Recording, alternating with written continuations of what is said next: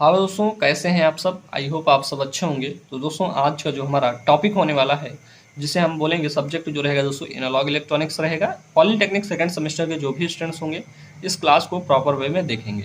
दोस्तों हम आप लोगों को इसके पहले चैप्टर 2 तक इसमें डिस्कस कर रखा है। सबसे पहले मैं यहाँ पे सिलेबस में आ जाता हूँ। इसमें आप लोगों को बताने में मुझे बहुत अच्छे में आसानी हो जाएगी। ठीक है, जैसे मैं यहाँ पे बात करना चाहूँगा दोस्तों, ये मेरा रहा चैप्टर 1। चैप्टर 1 में हमने आप लोगों से डिस्कस कर रखा है दोस्तों सेमीकंडक्टर डायोड्स के बारे में। ठीक है, जिसमें आप लोगों को बताया गया था, इसमें जो टोटल मार्क्स अलाउड आप लोगों को मार्क्स दो देखने को मिलेगा दोस्तों, 21 नंबर तक के मार्क्स यहाँ पे आप लोगों को देखने को मिल जाएंगे।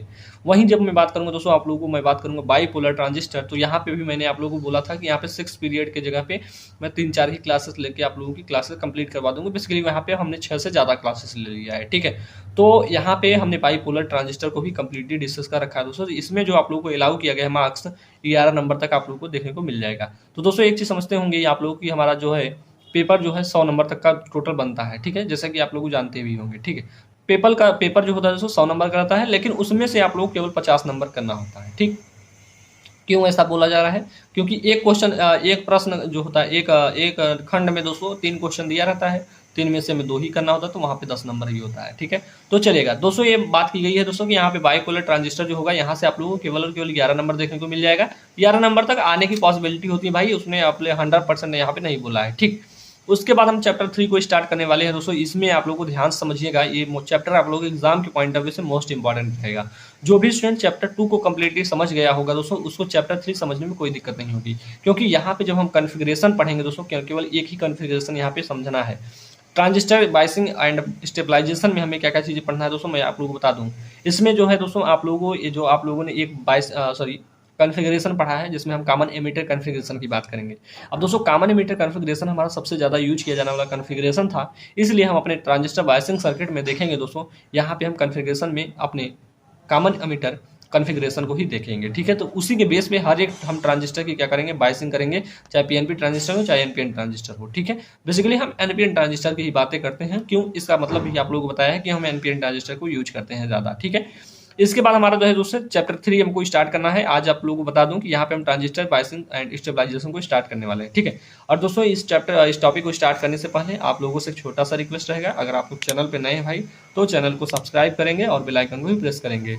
और मैं आप लोगों से एक चीज़ बोलना चाहूँगा दोस्तों, जो भी स्टूडेंट्स अभी तक अपने क्लास को इनरोल नहीं किए हैं मेरे भाई, जल्दी से आप लोग जाइएगा एप्लीकेशन पे अपने क्लास को इनरोल कर लीजिएगा। इससे आप लोगों को आपके एग्जाम से पॉइंट ऑफ व्यू से और आपके करियर से, जो हमारा आपका करियर होगा दोस्तों, इसमें भी आप लोगों को आने वाले समय में कोई दिक्कत ना हो, इसलिए मैं आप लोगों को एक छोटा सा यहाँ पे प्रयास कर रहा हूँ। ठीक है, आगे चल के आप लोग कोई दिक्कत ना हो, क्योंकि ऐसे सब्जेक्ट में अगर बैक लग जाते हैं मेरे भाई, तो आप लोग इस बैक को लेके फाइनल ईयर तक चले जाओगे। ठीक है, क्योंकि हमें आगे भी तो पढ़ना होगा, 3rd सेमेस्टर में भी पढ़ना होगा, 4th सेमेस्टर में भी पढ़ना होगा। और दोस्तों जब हमें हमारे पास एक भी बैक लग जाता है दोस्तों, तो पूरा बोझ बन जाता है, मैं जानता हूँ। क्योंकि मेरे दोस्त जो होते थे उनका बैक लग जाता था, तो मेरे पास बहुत आते थे, परेशान होते थे, रोते थे, गाते थे भाई। मुझे भी उनको टाइम देना था, क्योंकि उनको भी साथ में रखना था, तो मैं उनको हर एक चीज़ को बताता था।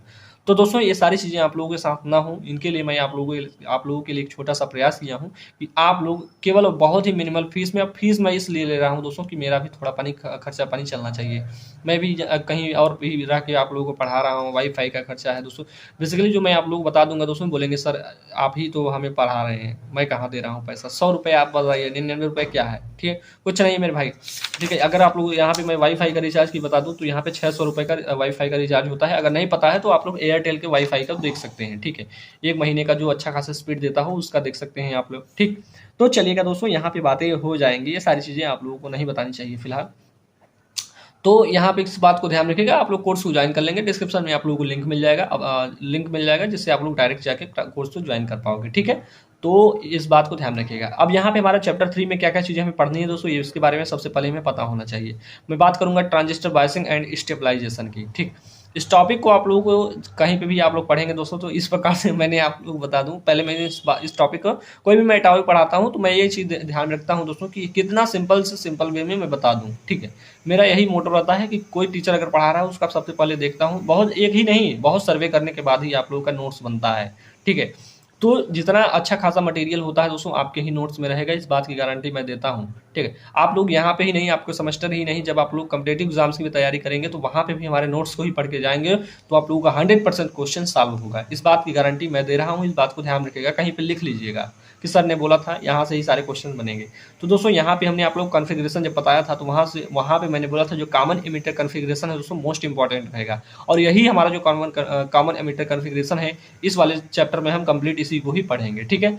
जहाँ पे भी मैं बात करूंगा, यहाँ पे इस चैप्टर में जहाँ पे भी आप लोगों को हर एक कोई भी पॉइंट्स या कोई भी सर्किट बनेंगे तो आप लोगों को समझ लेना है कॉमन एमिटर के सर्किट बन रही है, ठीक है। तो देखिए दोस्तों हम बात करेंगे चैप्टर 3 जिसे बोलेंगे ट्रांजिस्टर बायसिंग एंड स्टेबलाइजेशन। पहला टॉपिक होगा ट्रांजिस्टर बायसिंग। उसके बाद हम बात करेंगे दोस्तों हमारे इसकी क्या जरूरतें पड़ी, बायसिंग की हमें क्या जरूरत पड़ी। उसके बाद हम बात करेंगे ऑपरेटिंग पॉइंट, इसी ऑपरेटिंग पॉइंट क्यू पॉइंट बोलते हैं। और दोस्तों इसमें हमारा बात करेंगे effect of temperature on operating point, यानी क्यू जो है दोस्तों क्यू पॉइंट, ठीक है। इसे हम क्यू पॉइंट, ऑपरेटिंग पॉइंट को हम क्यू पॉइंट भी बोलेंगे। दोस्तों क्यू पॉइंट जो होता है इस पे हमारा टेम्परेचर का क्या इफेक्ट पड़ेगा ये भी हम डिस्कस करेंगे। और need of stabilization of operating point, यानी हमें स्टेबलाइजेशन, अभी बेसिकली हम स्टेबलाइजेशन की भी बात करेंगे दोस्तों, और इसकी क्या आवश्यकता थी इसके बारे में हम डिस्कस करेंगे। तो आज का जो टॉपिक होगा इंपॉर्टेंट रहेगा, ठीक है। तो चलेगा, सभी स्टूडेंट्स बहुत ही अच्छे वे में ध्यान से देखेंगे दोस्तों। और एक बार मैं फिर से बोलना चाहूंगा, जो भी स्टूडेंट्स चैनल पे नए हैं भाई चैनल को सब्सक्राइब करेंगे और बेल आइकन को भी प्रेस करेंगे, और ज़्यादा से ज़्यादा आप लोग क्लासेस को शेयर किया करिए। वीडियो अच्छा लगे दोस्तों वीडियो को लाइक जरूर किया करिए, ठीक है। बहुत सारे स्टूडेंट्स होते हैं वीडियो देखते हैं बट चैनल को सब्सक्राइब नहीं करते, वीडियो को लाइक भी नहीं करते। आप लोग जानते हैं दोस्तों बहुत मैक्सिमम स्टूडेंट्स होते हैं जो क्लास को देखते हैं बट वीडियो को लाइक नहीं करते हैं, ठीक है। तो ये बहुत गंदी बातें हैं भाई, आपको अच्छा लग रहा है तो चीज़ों को लाइक करिए, इससे मेरा जो है मोटिवेशन बढ़ता है, ठीक है। मैं बात करना चाहूँगा दोस्तों यहाँ पे बायसिंग। सबसे पहले आप लोगों को यही पता होना चाहिए कि यहाँ पे बात की गई है ट्रांजिस्टर बायसिंग। तो बायसिंग का मतलब क्या होता है, तो बायसिंग का सिंपल सा मतलब होता है दोस्तों, मैंने आप लोगों को इसके पहले ही बता रखा है आप लोगों को कि बायसिंग का सिंपल सा मतलब होता है कोई मेरी इलेक्ट्रॉनिक डिवाइस होगी, चाहे पीएनपी हो चाहे एनपीएन हो, कोई भी हमारा ट्रांजिस्टर हो या फिर हमारा डायोड हो, कोई भी डिवाइस हो, इलेक्ट्रॉनिक्स डिवाइस हमारी कोई भी हो, अगर उसमें हम वोल्टेज को अप्लाई कर रहे हैं दोस्तों तो उसे ही हम बोलते हैं बायसिंग करना, ठीक है। वही क्या कहलाएगा, मेरा बायसिंग कहलाएगा। यानी कहने की बात यह हुई सर कि हमारी कोई इलेक्ट्रॉनिक डिवाइस है, अगर उसमें हम वोल्टेज को अप्लाई कर देंगे तो क्या वो मेरी बायसिंग हो जाएगी? जी हाँ मेरे भाई, 100% आप सही हो, ठीक है। तो चलेगा, इतनी बातें आप लोगों को आई होप सभी को क्लियर हो गई होगी बायसिंग मेरा क्या है। तो यहाँ पे लिखना है, सिंपल से में लिख देना है कि किसी इलेक्ट्रॉनिक डिवाइस में वोल्टेज को अप्लाई करना ही हमारा बायसिंग कहलाता है, ठीक है। इतनी बात आई होप सभी को क्लियर हो गई होगी। अब दोस्तों ट्रांजिस्टर बायसिंग क्या होता है, तो यहाँ पे ध्यान से समझिएगा, यहाँ पे हमारा जो है बहुत लोचा हो जाएगा, ठीक है। लोचा क्यों हो जाएगा कि चीजें मैं क्या बोल रहा हूँ लिखा क्या जा रहा है, ठीक है। जैसे कि मैंने बोला दोस्तों कि कोई हमारे इलेक्ट्रॉनिक डिवाइस होगी उसमें वोल्टेज को अप्लाई करना ही हमारा क्या कहलाएगा, बायसिंग कहलाएगा। अब ट्रांजिस्टर बायसिंग क्या है, तो देखिएगा ट्रांजिस्टर का मेन वर्क क्या होता है दोस्तों, मैंने आप लोगों को इसके पहले ही बताया दोस्तों, बीजेटी पढ़ा रहा था तो वहीं पे मैंने बताया आप लोगों का। जो ट्रांजिस्टर होता है इसका मेन वर्क होता है एम्प्लीफिकेशन करना। एम्प्लीफिकेशन हमारा कब होता है, एक्टिव रीजन में होता है। और एक्टिव रीजन में जब होता है दोस्तों तो हमारा कौन कौन सा बायस होता है, जो फॉरवर्ड बायस होता है, और कौन कौन सा बायस होता है जो रिवर्स बायस होता है। एक मैं चार्ट आप लोगों को दिखाना चाहूंगा, उस चार्ट से आप लोगों को हर एक चीज समझ में आ जाएगी। देखिएगा दोस्तों, मैं पहले ही आप लोगों को इस लेक्चर को बताया था, तो मैंने बोला था ये चार्ट जो रहेगा मोस्ट इंपॉर्टेंट चार्ट रहेगा। देखिएगा दोस्तों, जब मैं बात करूंगा जो हमारा ट्रांजिस्टर होगा, ट्रांजिस्टर आप लोग पीएनपी हो चाहे एनपीएन हो, हमने बोला था जब हमारा ट्रांजिस्टर एक्टिव रीजन में होगा तभी हमारा एम्प्लीफिकेशन होगा। किसी भी हमारा ट्रांजिस्टर का मेन वर्क क्या होता है, मेन काम क्या होता है, उसका एम्प्लीफिकेशन करना, ठीक है। कोई हमारा ट्रांजिस्टर होगा उसका मेन वर्क जो होना चाहिए एम्प्लीफिकेशन करना। एम्प्लीफिकेशन हमारा कब होता है दोस्तों, जब हमारा एमीटर बेस जंक्शन जो होगा फॉरवर्ड बायस रहेगा और हमारा कलेक्टर बेस जंक्शन जो रिवर्स बायस रहेगा, तब हमारा एम्प्लीफिकेशन होता है। बेसिकली ये टॉपिक जो है दोस्तों आपके एग्जाम के पॉइंट ऑफ व्यू से इंपॉर्टेंट था। जो मैं चार्ट बनवा रहा हूँ ऐसे ही नहीं, हवा में कोई चीजें नहीं हो जा रही मेरे भाई, ठीक है। तो इन चीज़ों का बहुत ही मतलब है, इसलिए यहाँ पे हर एक चीज़ को बनाया गया है, ठीक है। तो यहाँ पे मैंने उस पॉइंट को भी डिस्कस कर लिया दोस्तों, जो कि आप लोग को थोड़ा बहुत डाउट लग रहा होगा, ठीक है। तो मैंने कहा ट्रांजिस्टर को एम्पलीफायर के रूप में प्रयोग किया जाता है, प्रयोग किया जाता है, आप लोग जानते ही हैं, ठीक है। लेकिन यहाँ पे एक चीज ध्यान रखना है, ट्रांजिस्टर को एम्पलीफायर के रूप में प्रयोग करते समय, यानी जब हम इसको एम्पलीफायर के रूप में यूज कर रहे हैं उस समय पर एसी इनपुट सिग्नल देने से पहले, यानी जब हम इस पे एसी का इनपुट सिग्नल देंगे उससे पहले हमें डीसी वोल्टेज को इस पर या इस प्रकार कनेक्ट करते हैं, जिससे ट्रांजिस्टर का डीसी ऑपरेटिंग पॉइंट जो होता है ट्रांजिस्टर के आउटपुट यानी आउटपुट कैरेक्टरिस्टिक्स के एक्टिव रीजन के मिडल में आ जाता है। यानी जब हमारा जो ट्रांजिस्टर है दोस्तों वर्क करेगा यानी एम्पलीफाई करेगा, उससे पहले हम ये काम कर लेते हैं, डीसी वोल्टेज को अप्लाई कर लेते हैं। यानी डीसी वोल्टेज अप्लाई करने का मतलब डीसी वोल्टेज को कनेक्ट कर देते हैं, जिससे जो हमारा ट्रांजिस्टर है दोस्तों, यहाँ पर टी याद नहीं रहेगा, TOR लिख लेंगे दोस्तों, मीनिंग में थोड़ा गड़बड़ होगा तो इसको आप लोग संभाल लेंगे भाई, क्योंकि भाई देखिएगा हर एक चीज़ मुझे नहीं पता है मेरे भाई। मेरे जो है इंग्लिश उतनी अच्छी नहीं है, फिर ही मुझे आती है, ऐसी नहीं है कि इंग्लिश में एकदम खत्म है, ठीक है। ऐसी भी नहीं है पॉइंट्स देखिए दोस्तों, मैंने क्या कहा, जब हम क्या करेंगे ट्रांजिस्टर को अपना डीसी वोल्टेज को अप्लाई करेंगे, यानी कब हम एसी इनपुट को अप्लाई करने से पहले की बात कर रहे हैं हम, ठीक है। उससे पहले हमारा कोई ट्रांजिस्टर होगा, ट्रांजिस्टर में बार बार बोल रहा हूँ, चाहे पीएनपी हो चाहे एनपीएन ट्रांजिस्टर हो, ठीक है। बेसिकली मैं दो ही ट्रांजिस्टर आप लोगों को पढ़ाया हूँ, तो दो ही ट्रांजिस्टर की मैं बात करूंगा मेरे भाई। तो यहाँ पे चीज समझिएगा, और भी ट्रांजिस्टर होते भी नहीं, बेसिकली दो ही ट्रांजिस्टर होते हैं, पीएनपी एंड एनपीएन। तो हम बात करें कोई ट्रांजिस्टर होगा, उसमें दोस्तों हम वोल्टेज को अप्लाई करने से पहले की बात कर रहे हैं, तो वहां पे हमें क्या होगा दोस्तों, उससे पहले हमें क्या करते हैं, ट्रांजिस्टर में ऑपरेटिंग पॉइंट जो होता है दोस्तों, operating point is called Q point, ठीक है। यानी ऑपरेटिंग पॉइंट को हम क्यू पॉइंट भी बोलते हैं, इस बात को भी ध्यान रखिएगा। तो ये चीज ध्यान रखिएगा, जो हमारा डीसी ऑपरेटिंग पॉइंट होता है ट्रांजिस्टर के आउटपुट कैरेक्टरिस्टिक्स के एक्टिव रीजन के मिडल में आ जाता है। यानी जब हमारा ट्रांजिस्टर एक्टिव रीजन में होगा, यानी जब हमारा ट्रांजिस्टर ऑपरेट करेगा, तो जो हमारा यहाँ पे डीसी का जो हमारा वोल्टेज है दोस्तों, या ऑपरेटिंग पॉइंट रहेगा, वो हमारा कहाँ पे रहेगा, मिडिल में आ जाता है, जिसे हम क्यू पॉइंट कहते हैं। इस बात को ध्यान रखना, ट्रांजिस्टर बायसिंग में आप लोगों को इतनी बातें आप लोगों को पता होनी चाहिए। अब बात आ गई दोस्तों क्यू पॉइंट की, तो क्यू पॉइंट क्या है दोस्तों, Q point is called operating point, ठीक है। तो क्यू पॉइंट को हम ऑपरेटिंग पॉइंट भी बोलते हैं, इस बात को ध्यान रखिएगा। तो यहाँ पे लिखा गया है, इस बात को ध्यान रखिएगा, या क्यू पॉइंट जो होता है दोस्तों, इसे मिडल पॉइंट भी बोलते हैं, ठीक है। तो दोनों चीजों को आप लोग ध्यान रखेंगे। हमने क्या कहा, क्यू पॉइंट बोलते हैं, इसका देखिएगा आपकी बुक में आप लोग ऑपरेटिंग पॉइंट दिया है, जब आप लोग इसके बारे में पढ़े रहोगे तो इसके एक नाम और जान जाएंगे, क्यू पॉइंट, चलेगा। ये क्यू पॉइंट भी जान गए दोस्तों, तो एक पॉइंट इसका एक और नाम होता है जिसे हम मिडिल पॉइंट भी बोलते हैं। तीन नामों से जाना जाता है, एग्जाम में कुछ भी पूछा जा सकता है, ये आप लोगों के समझने के ऊपर रहेगा दोस्तों कि हमें किस प्रकार से चीजें समझ में आ गई। अगर स्टूडेंट्स को केवल ऑपरेटिंग पॉइंट ही बता दिया है, वहां पे क्यू पॉइंट पूछ लिया तो क्या करोगे, बोलेंगे सर कुछ नहीं कर पाएंगे, फिर हमें नहीं पता था तो हम कुछ नहीं कर पाएंगे। बेसिकली चीजें अगर आप लोग को पता भी रहेगी तब भी नहीं लिख पाओगे, ठीक। तो देखिएगा दोस्तों, यहाँ पे लिखना है ऑपरेटिंग पॉइंट, इसी को हम क्यू पॉइंट बोलते हैं, ठीक है। तो ऑपरेटिंग पॉइंट क्या होता है, लिखिएगा ऑपरेटिंग पॉइंट लिखेंगे लोड लाइन के मध्य में होता है। यानी जो ऑपरेटिंग पॉइंट होगा कहाँ पे होगा, जो कि यहाँ पे हम बता रहे हैं, तो जो इसके कैरेक्टरिस्टिक्स सॉरी हम ट्रांजिस्टर बायसिंग बता रहे हैं, तो वहीं पता है कि अब जो हमारा ऑपरेटिंग पॉइंट होता है दोस्तों मिडिल में होता है, ठीक है। यहाँ पे मिडिल में लिखा गया, मिडिल में आ जाता है एक्टिव रीजन में, ठीक है। तो वही चीज लिखा गया है कि जब हमारा लोड लाइन के मध्य में होता है, यानी ऑपरेटिंग पॉइंट कहाँ रहेगा, लोड लाइन के मध्य में होता है। सिर्फ लिखा है, सिर्फ तभी यहाँ लिखना चाहिए भाई, फिर सिर्फ सभी फेथफुल तभी लिखा जाएगा, ठीक है। लिखेंगे फिर सिर्फ तभी फेथफुल सिग्नल प्राप्त होता है। यानी जब हमारा क्या है कि जो फेथफुल मतलब कि जब हम इस पे सिग्नल को अप्लाई करें तो हमारा काम हो रहा है, उस स्थिति को फेथफुल स्थिति बोलते हैं, ठीक है। तो देखिएगा यहाँ पे कहा गया कि जब हमारा जो है ऑपरेटिंग पॉइंट लोड लाइन के मध्य में होता है, सिर्फ तभी हमें क्या होगा, फेथफुल एम्पलीफिकेशन प्राप्त होता है, ठीक है। लिखा गया है यदि क्यू पॉइंट जो है दोस्तों, क्यू पॉइंट सेचुरेशन या कट ऑफ रीजन है, कट ऑफ पॉइंट, ठीक है। यहाँ पे एक चीज ध्यान रखिएगा, रीजन नहीं है, या पॉइंट भी लिख दोगे तो कोई दिक्कत नहीं, क्योंकि हम यहाँ पे क्यू पॉइंट की बात कर रहे हैं दोस्तों, तो क्यू पॉइंट ही आ रहा है। तो लिखेंगे सेचुरेशन या क्यू हमारा कट ऑफ पॉइंट के पास होता है, ठीक है। यानी जो हमारा ऑपरेटिंग क्यू पॉइंट है दोस्तों, या ऑपरेटिंग पॉइंट जो है यहाँ सैचुरेशन या हमारा कट ऑफ पॉइंट के पास होता है। अभी जब फिगर इसका देखेंगे तो आप लोगों को पता चल जाएगा। तो कभी कभी आउटपुट पर कंप्लीट एम्पलीफिकेशन सिग्नल आउटपुट पर नहीं मिलेगा, अर्थात आउटपुट पर डिस्टॉर्टेड मतलब डिस्टर्ब किया गया सिग्नल, यानी डिस्टॉर्टेड मतलब डिस्टर्ब सिग्नल, ठीक है। डिस्टॉर्टेड सिग्नल या अनफेथफुल सिग्नल या अनफेथफुल एम्पलीफिकेशन मिलता है, ठीक है। तो इस पॉइंट को याद रखिएगा दोस्तों। यहाँ पे जो डीसी इसकी इसे हम बोलते हैं दोस्तों, जो हमारा इसी जो हमारा यहाँ पे ऑपरेटिंग पॉइंट को हम जहाँ पे देखते हैं, इसे हम डीसी लोड लाइन बोलते हैं। डीसी लोड लाइन पे हम देखते हैं दोस्तों, जो डीसी लोड लाइन होती है इसी पे हम देखते हैं कि हमारा जो है कि जो हमारा ऑपरेटिंग पॉइंट है या क्यू पॉइंट जो है कहाँ पे देखने को मिल रहा है, ठीक है। तो देखिएगा दोस्तों, ये जो कैरेक्टरिस्टिक्स खींची जाएगी या जो डीसी लोड लाइन खींची जाती है दोस्तों, यहाँ पे हम बात किसकी कर रहे हैं, कॉमन हम अमीटर सर्किट की बात करें या कॉमन अमीटर कॉन्फ़िगरेशन की बात कर रहे हैं दोस्तों। देखिए कॉमन अमीटर कॉन्फ़िगरेशन में हम आप लोगों से बोले तो दोस्तों, यहाँ पे हमारा जो इनपुट वोल्टेज होगा, ठीक है, एक्स एक्सिस पे इस पॉइंट को हम ऑपरेटिंग पॉइंट जो होगा दोस्तों, ठीक है। इस बात को कॉम्पिटिटिव एग्जाम में पूछा जाता है, ऑपरेटिंग पॉइंट हमारा किसके बीच में खींचा जाता है। तो दोस्तों जो हमारा सबसे पहले आप लोगों को क्या लिखना है, VCE कॉमन, यहाँ पे लिखें, सॉरी कॉमन नहीं है, कलेक्टर अमीटर वोल्टेज है। क्या है, कलेक्टर अमीटर वोल्टेज है। तो कलेक्टर अमीटर वोल्टेज जो होता है दोस्तों, एक्स एक्सिस पे रखेंगे। सबसे पहले हमारा क्या होना चाहिए, एक्स एक्सिस पे लिखा जाता है। कभी भी आप लोग कोऑर्डिनेट लिखते थे आप लोग अपने बचपन में, तो कोऑर्डिनेट कैसे लिखते थे, सबसे पहले हमें एक्स एक्सिस वाला लिखना होता था, उसके बाद वाई एक्सिस को लिखना होता था। तो सबसे पहले बताइएगा, आप लोग एक्स एक्सिस को लिखोगे या वाई एक्सिस को लिखोगे, तो बोलेंगे सर हम सबसे पहले एक्स एक्सिस को लिखेंगे। तो जब एक्स अक्ष वाला लिखना होगा तो एक्स अक्ष में सबसे पहले क्या होगा, तो बोलेंगे कलेक्टर अमीटर वोल्टेज है, इसको सबसे पहले लिखेंगे। और हमारा कलेक्टर करंट जो होगा दोस्तों, यहाँ पे आउटपुट की बात की, ये हमारा क्या है, आउटपुट वोल्टेज है, और ये क्या मेरा है आउटपुट करंट है दोस्तों। चीज़ें आप लोग मैंने बोला था दोस्तों, इस सारी चीज़ों को अगर पढ़े रहेंगे तभी हमें आएगा, ठीक है। तो बेसिकली यहाँ पे जो ट्रांजिस्टर बायसिंग की जाए, यहाँ पे हम कौन से ट्रांजिस्टर की बायसिंग कर रहे हैं बोलेंगे सर, जो हमने आप लोगों को बेसिकली यहाँ पे जो कॉन्फ़िगरेशन मैंने बताया था कॉमन एमिटर कॉन्फ़िगरेशन, यहाँ पे इस बात को ध्यान रखिएगा।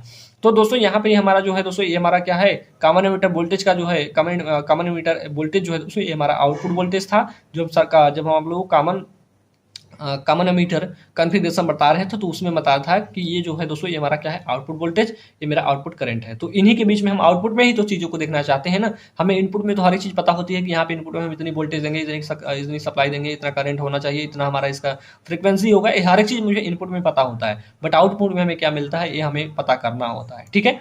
चलिएगा, तो दोस्तों हमने बताया था यहाँ पे क्या है सैचुरेशन रीजन और हमारा कट ऑफ रीजन के बीच में इसको खींचते हैं, ठीक है। तो दोस्तों ये रहा हमारा जो आईसी होता है दोस्तों, आईसी का मैक्सिमम पॉइंट पे हमारा क्या होता है सैचुरेशन रीजन होता है। और हमारा जो हमारा common ammeter collector emitter voltage जो होता है, यहाँ पे हमारा इसके पास ही क्या होता है कट ऑफ पॉइंट होता है। दोस्तों इन जो ये पूरी लाइन को जो खींचा गया है यही मेरा क्या होता है, इसी को हम डीसी लोड लाइन बोलते हैं, ठीक है। इस लाइन को हम क्या बोलेंगे डीसी लोड लाइन बोलेंगे दोस्तों। और इसी डीसी लोड लाइन के मध्य में जो होगा मिडिल में दोस्तों, यही मेरा होता है ऑपरेटिंग पॉइंट। ये वही चीज हमने बोला दोस्तों कि जो हमारा इसके एक्टिव रीजन में हमारा ट्रांजिस्टर होगा तो वहां पे इसके मध्य में ही हमारा क्या होगा ऑपरेटिंग पॉइंट या हमारा क्यू पॉइंट या मिडिल पॉइंट देखने को मिल जाएगा। आई होप आप लोगों को मैं इस चीज को समझा पाया हूँ कि डीसी लोड लाइन कैसे खींची जा रही है, ठीक है। चलेगा आगे चलते हैं दोस्तों। आगे की मैं बात करना चाहूंगा तो देखिएगा यहाँ पे आप लोगों का जो ऑपरेटिंग पॉइंट के शिफ्ट होने के क्या कारण है, ठीक है। यानी ऑपरेटिंग पॉइंट हमारा कब कब शिफ्ट होगा, कहाँ कहाँ आगे जाएगा पीछे जाएगा। बेसिकली हमारा ऑपरेटिंग पॉइंट कहाँ होना चाहिए, मिडिल में होना चाहिए, यानी हमारा क्यू पॉइंट पे ही होना चाहिए, ठीक है। तो देखिएगा जो हमारा ऑपरेटिंग पॉइंट है दोस्तों, ये शिफ्ट होता रहता है, कभी कभी शिफ्ट होता रहता है। उसका जो कारण है दोस्तों, ये पहला कारण इसमें लिखा गया है पैरामीटर का परिवर्तन। पैरामीटर की जब भी बात करूंगा दोस्तों अपने चैप्टर 3 में, तो इसमें पैरामीटर का मतलब होगा केवल और केवल अल्फा और बीटा से, ठीक है। मैंने क्या बोला दोस्तों, जब भी हम बात करेंगे अपने चैप्टर 3 की, यहाँ पे अगर पैरामीटर मैंने बोल दिया तो यहाँ पे अल्फा और बीटा से मतलब आप लोगों को ध्यान में रखना है। तो देखा गया है पहला पॉइंट इसमें रहेगा पैरामीटर का परिवर्तन। पैरामीटर कौन कौन सा होगा, अल्फा और बीटा लिखेंगे। ट्रांजिस्टर के पैरामीटर जैसे हम मैंने बात किया अल्फा और बीटा में परिवर्तन होने, देखिएगा अल्फा बीटा गामा भी रहेगा, ठीक है। तो 3 पैरामीटर होंगे, बेसिकली यहाँ पे अल्फा और बीटा को ही लिया जाएगा, ठीक है। तो हमने क्या कहा दोस्तों, ट्रांजिस्टर के पैरामीटर अल्फा व बीटा में परिवर्तन होने से ट्रांजिस्टर के ऑपरेटिंग पॉइंट की स्थिति क्या हो जाती है, परिवर्तित हो जाती है। तो दोस्तों आप लोगों को एक फार्मूला याद रखना है, कभी भी आप लोगों को ये फार्मूले को भूलना ही नहीं है कि बीटा इक्वल टू होता है अल्फा अपान 1 माइनस अल्फा होता है। बीटा इक्वल टू क्या होता है, अल्फा अपान 1 माइनस के अल्फा होता है। इसका मैं डेरिवेशन भी आगे चल के कराऊंगा, ठीक है। टॉपिक मेरे सारे खत्म हो जाएंगे दोस्तों, डेरिवेशन भी मैं आप लोगों को इसका करा दूंगा ताकि आप लोगों को दिक्कत ना हो। और भी इंपॉर्टेंट पॉइंट्स जो होंगे उनको भी मैं डिस्कस करूंगा। पहले मैं सिलेबस की बातें कर लूँ, ठीक है। अगर सिलेबस की बातें की जाए मतलब खत्म हो जाएगी तब आप लोगों को एक्स्ट्रा पॉइंट बताया जाएगा, तो कोई दिक्कत नहीं होगा, ठीक है। तो ये रहा दोस्तों क्या है पैरामीटर से हमारे क्या क्या चीजें ऑपरेटिंग पॉइंट जो है डिस्टर्ब हो रही है उसको देख रहे हैं। तो लिखना है कि यहाँ पे पहला पॉइंट इसमें लिखेगा बीटा के मान में परिवर्तन होने पर कलेक्टर करंट आप लोग जानते हैं आईसी के मान में भी परिवर्तन होगा। अगर हमारा यहाँ पे देख रहे हैं बीटा के मान में अगर हम परिवर्तन करेंगे दोस्तों तो हमारा कलेक्टर करंट भी परिवर्तित हो जाएगा। ऐसा क्यों, क्योंकि आप लोग जानते हैं दोस्तों कलेक्टर करंट इक्वल टू होता है बीटा इंटू आईपी, यानी बेस करंट होता है, ठीक है। हमारा कलेक्टर करंट इक्वल क्या होगा, हम बोलेंगे बीटा इंटू हमारा बेस करंट, ठीक है। कलेक्टर करंट इक्वल क्या होगा, बीटा इंटू बेस करंट, ठीक है। तो ये मेरा है कलेक्टर करंट, ठीक है। तो कलेक्टर करंट यहाँ पे देखेंगे बेस करंट में अगर किसी प्रकार का चेंजेस किया यानी बेस करंट को हम घटाएंगे दोस्तों तो हमारा कलेक्टर करंट भी घट जाएगा, ठीक है। तो वही चीज बोला गया अगर हम बीटा के मान में किसी प्रकार का परिवर्तन करेंगे तो कलेक्टर करंट के मान में भी परिवर्तन होगा, ठीक है। अगर इसको हम बढ़ाएंगे यानी बीटा का मान का बढ़ा देंगे दोस्तों तो ये हमारा भी बढ़ जाएगा, यानी दोनों का गुणा मल्टीपल जो होगा दोस्तों ये हमारा बढ़ जाएगा, ठीक है। तो वही चीज बोला गया तथा कलेक्टर करंट में परिवर्तन होने से आउटपुट जो होता है दोस्तों कलेक्टर एमीटर वोल्टेज भी क्या होगा, प्रभावित होगा। तो दोस्तों collector emitter voltage equal to क्या होता है, ये बेसिकली हमारा जो है इक्वेशंस आप लोग याद रखिएगा। फिलहाल आगे चल के हर एक इक्वेशन को मैं बताऊंगा, डेरिवेशन भी कराऊंगा, ठीक है। लिखिएगा collector emitter voltage equal to क्या होता है, यहाँ पे जो सप्लाई वोल्टेज होता है सप्लाई वोल्टेज को हम वीसीसी से डिनोट करते हैं, ठीक है। सप्लाई वोल्टेज को हम किससे डिनोट करेंगे दोस्तों, बोलेंगे वीसीसी से डिनोट करेंगे। और माइनस के क्या होता है दोस्तों, माइनस के लिखेंगे आईसी इंटू आरसी। आईसी क्या है दोस्तों, कलेक्टर करंट, आरसी क्या है हमारा, ये हमारा कलेक्टर रेजिस्टेंस है। कलेक्टर में लगा हुआ जो रेजिस्टेंस होगा उसको हम कलेक्टर रेजिस्टेंस बोलेंगे, ठीक है। तो बेसिकली ये वाला पॉइंट जो होता है दोस्तों वीसी की बात की जा रही है तो यहाँ पे होगा वीसीसी माइनस के आईसी इंटू आरसी, इस फार्मूले को याद रखिएगा। अतः हम बोल सकते हैं दोस्तों आईसी तथा वीसीई के परिवर्तन होने के कारण ऑपरेटिंग पॉइंट भी परिवर्तित हो जाएगा, ठीक है। तो ये दोनों पॉइंट्स आप लोग जरूर याद रखिएगा। अब देखिए दोस्तों, तापमान में भी परिवर्तन करके हम देखते हैं कि हमारा जो ऑपरेटिंग पॉइंट है ये भी परिवर्तित होता है। दोस्तों तापमान में परिवर्तन की बात की जाएगी, ठीक है, तो यहाँ पे देखिएगा ट्रांजिस्टर के तापमान का परिवर्तन। देखिए जब ट्रांजिस्टर की बात की जाएगी दोस्तों, यहाँ पे टेम्परेचर हमारा जो है चेंजेस देखने को मिलता रहा। तो टेम्परेचर चेंजेस हमारा किसके कारण होता है, यानी हमारे ट्रांजिस्टर में तापमान का परिवर्तन किसके कारण होता है, तो बोलेंगे सर लीकेज करंट के कारण होता है। बेसिकली मैंने लीकेज करंट के बारे में बताया दोस्तों, लीकेज करंट हमारा माइनॉरिटी चार्ज करंट के कारण उत्पन्न होता है, ठीक है। तो एक चीज ध्यान रखिएगा, ट्रांजिस्टर में तापमान का परिवर्तन लीकेज करंट के कारण होता है। तापमान में 10 डिग्री सेल्सियस का परिवर्तन होने पर लीकेज करंट जो होती है दोस्तों दोगुनी हो जाती है, यानी 10 डिग्री सेल्सियस का अगर हमारे टेम्परेचर परिवर्तन होता है हमारे ट्रांजिस्टर में, तो हमारा जो लीकेज करंट है दोस्तों दोगुनी हो जाएगी, यानी 20 यानी अगर 10 है तो 20 हो जाएगा, ठीक है। तो वही चीज बोला गया यहाँ पे दुगनी हो जाएगी, क्योंकि कलेक्टर करंट जो है दोस्तों लीकेज करंट पर निर्भर करती है, यानी कलेक्टर करंट जो है दोस्तों लीकेज करंट पर डिपेंड करेगी। लीकेज करंट को हम बेसिकली आईसीबीओ नाट से या आईसीबीओ से डिनोट करेंगे, क्या कहेंगे, आईसीबीओ से हम अपना लीकेज करंट जो रहेगा दोस्तों उसे हम आईसीबीओ से डिनोट करेंगे, इस बात को ध्यान रखिएगा, ठीक है। तो कलेक्टर करंट इक्वल टू हो जाएगा दोस्तों, ये मेरा क्या है दोस्तों, इसके बराबर है, यानी बीटा, यहाँ पे बीटा इंटू आईसी लिखा गया है, तो इसका मतलब क्या है, यहाँ पे beta into IC plus beta plus 1 और आईसीबीओ नाट, ये आप लोगों का कलेक्टर करंट का इक्वेशन बन जाएगा, ठीक है, इस बात को याद रखिएगा, ठीक है। बेसिकली ये कैसे आया ये भी आप लोगों को पता होना चाहिए, ठीक। अब देखिएगा दोस्तों, ये बात मैं करना चाहूंगा, ये बेसिकली आगे चल के आप लोगों को हर एक टॉपिक का आप लोगों को पता चल ही जाएगा कैसे कैसे सारी चीजें की गई हैं, ठीक है। तो देखिएगा यहाँ पे लिखेंगे दोस्तों, तापमान में परिवर्तन होने से ऑपरेटिंग पॉइंट शिफ्ट हो जाता है, अर्थात तापमान में परिवर्तन क्यू पॉइंट के शिफ्ट होने का मुख्य कारण है, यानी टेम्परेचर अगर हमारा परिवर्तित होगा दोस्तों तो हमारा जो ऑपरेटिंग पॉइंट है या क्यू पॉइंट जो है वो परिवर्तित हो जाता है, ठीक है। इतनी बातें आई होप आप लोगों को पता हो गई होगी।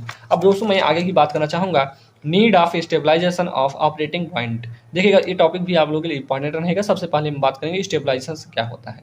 स्टेबलाइजेशन क्या होता है दोस्तों, स्टेबलाइजेशन वह प्रक्रिया होती है, लिखेंगे स्टेबलाइजेशन वह प्रोसेस होता है या प्रक्रिया होती है जिसके द्वारा ट्रांजिस्टर के ऑपरेटिंग पॉइंट पर ट्रांजिस्टर के पैरामीटर्स में परिवर्तन तथा तापमान में परिवर्तन के प्रभाव को समाप्त किया जाता है, ठीक है।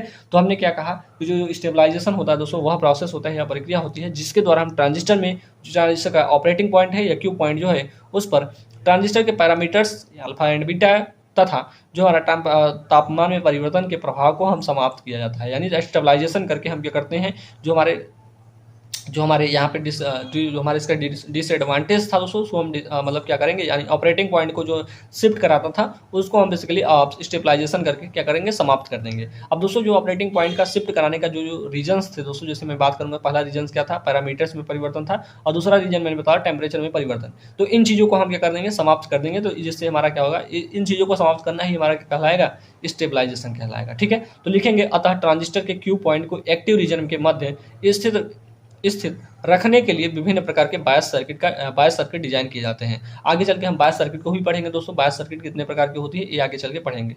अब दोस्तों जो हम बायस सर्किट पढ़ेंगे दोस्तों उसके क्या क्या गुण होने चाहिए इसके बारे में सबसे पहले पता होना चाहिए हमारे पास। प्रॉपर्टीज आप लिखेंगे, प्रॉपर्टीज ऑफ बायस सर्किट। पहला पॉइंट होना चाहिए दोस्तों, बायस सर्किट जो होना चाहिए क्यू पॉइंट, ठीक है, क्यू पॉइंट, इसे हम क्यू पॉइंट क्यों बोल रहे हैं, इसे हम बेसिकली क्यू जो होता है दोस्तों इसे हम कोसेंट पॉइंट बोलते हैं। क्या बोलेंगे, कोसिएंट पॉइंट बोलते हैं, ठीक है। आप लोगों ने ये सारी चीजें आप लोगों को कोसेंट पॉइंट क्या होता है ये बेसिकली आप लोगों ने मैथ में पढ़ा होगा, ठीक है।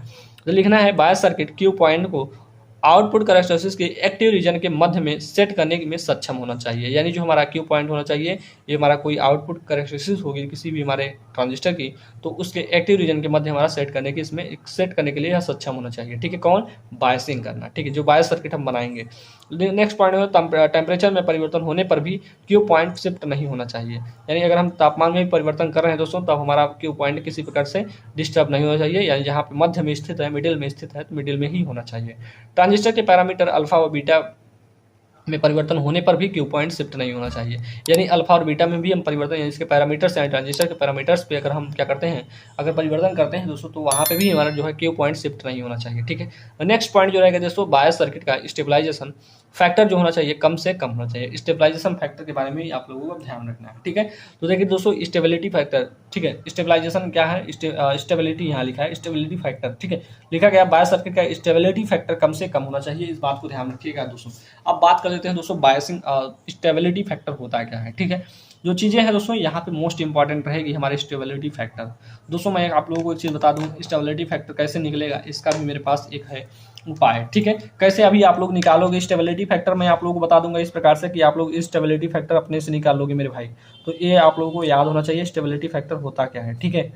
अभी आप लोगों को पता हो जाएगा कि स्टेबिलिटी फैक्टर क्या होता है। ठीक, चलेगा, लिखिएगा स्टेबिलिटी फैक्टर में क्या क्या चीज़ें लिखना है। ये कलेक्टर करंट लिखेंगे कलेक्टर करंट के लिखेंगे कलेक्टर करंट में सूक्ष्म परिवर्तन दोस्तों, या इसे हम डी से लिखते हैं, डी बाई डी टी, जैसे आप लोग अवकलन करते हो ना भाई, वही जो है डी, यहाँ पे डी भी लिख सकते हो, डी आई सी भी लिख सकते हो, ठीक है, डी आई सी भी लिख सकते हो या डेल लिख सकते हो, तो उसे भी हम डेल ही बोलते हैं, यहाँ पे भी आप लोग डेल ही बोलोगे। ठीक है, लिखेंगे क्या लिखेंगे, कलेक्टर करंट में सूक्ष्म परिवर्तन तथा लीकेज करंट में सूक्ष्म परिवर्तन के अनुपात को हम स्टेबिलिटी फैक्टर बोलेंगे। ठीक है, तो देखिएगा यहाँ पे कलेक्टर करंट क्या है उसको मैंने लिख दिया दोस्तों, और उसमें सूक्ष्म परिवर्तन क्या हो रहा है, डेल आईसी लिख दिया। लीकेज करंट क्या होता है दोस्तों, आईसीबीओ होता है, और वही सूक्ष्म परिवर्तन अगर आईसीबीओ में डेल लगा देंगे, बाकी सारी चीजें वही रहेंगी। ठीक है, तो हमने कहा कलेक्टर करंट में सूक्ष्म परिवर्तन तथा लीकेज करंट में हमारा सूक्ष्म परिवर्तन, स्मॉल चेंजेस जो होगा दोस्तों, वही मेरा स्टेबिलिटी फैक्टर कहलाता है। ठीक है, स्टेबिलिटी फैक्टर को बेसिकली हम एस से डिनोट करते हैं। एस इक्वल टू होता है दोस्तों हमारे, हमने अभी जो फार्मूला यहाँ पे आप लोग डेरिवेशन बताया